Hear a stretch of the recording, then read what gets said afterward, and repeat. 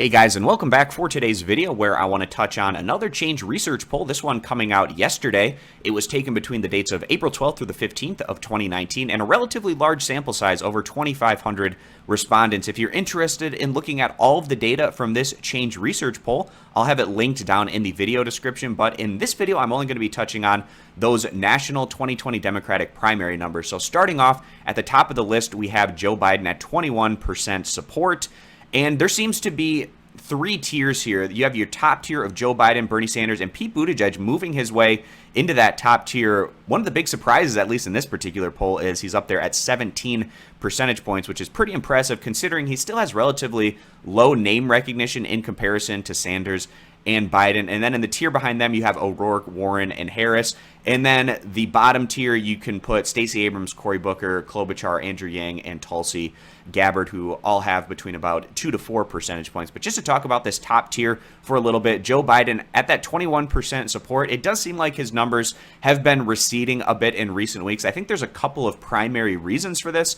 First and foremost, just the fact that Biden hasn't come out and announced yet means that he hasn't gotten that boost. He's got a lot of baked-in support just from his overwhelming name recognition, as well as his ties to previous president Barack Obama, who has very strong favorabilities amongst Democratic voters, and that kind of carries over here to Joe Biden and helps him out. But just the fact that he hasn't come out and announced means that I think that his support is more likely to be peeled off, given the fact that at least a lot of these other candidates have already come out and announced they've been campaigning. They've been on national television spreading their message, and people that perhaps didn't know who some of these other candidates were, such as a Pete Buttigieg, might be able to peel off support from somebody who hasn't declared like a Joe Biden. But also, of course, you have earlier this month the controversy that surrounded Biden and how he's made people feel uncomfortable with how he's interacted with them. I think that's also bitten into his numbers, at least just a little bit in some regards. And then you have Bernie Sanders right behind him at 20 percentage points. But the surprise in this poll has to be Pete Buttigieg.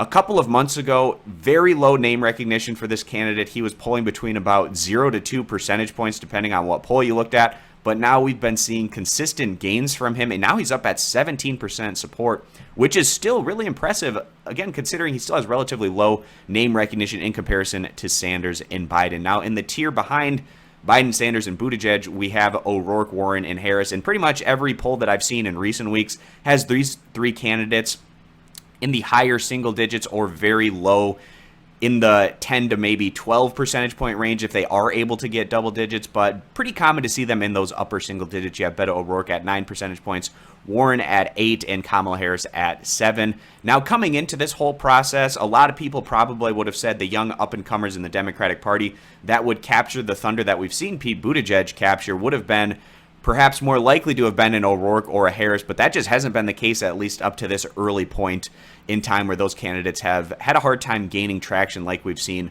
from Mayor Pete. And then behind those three candidates, we have the next tier. I'd say Stacey Abrams, she hasn't decided whether she's going to run or not. I think it would be more prudent for her if she would run for the Senate seat in Georgia. She'd have a much better shot at winning that anyways than going on and winning this Democratic primary. But then you also have Cory Booker, whose campaign really hasn't been able to gain a whole lot of traction, as well as Amy Klobuchar, kind of in a similar boat there to Cory Booker. Andrew Yang at 2 percentage points. There's a lot of love for Andrew Yang amongst millennial voters or those who are active online, but outside of that, he really hasn't gotten quite as much traction amongst perhaps older voters or those who get their news from more traditional means. And you could also kind of lump Tulsi Gabbard into a similar situation there as Andrew Yang in terms of the support that those two candidates are getting. And I see personally, if Tulsi Gabbard or Andrew Yang decide to stop their campaign at some point, I feel like more than likely their support would go to Bernie Sanders, for instance. It seems like they probably have a cross-section of support. And then behind those candidates, everyone else is either at 1 percentage point or less. Jay Inslee, John Hickenlooper, Julian Castro, Tim Ryan, and Eric Swalwell, all at 1 percentage point.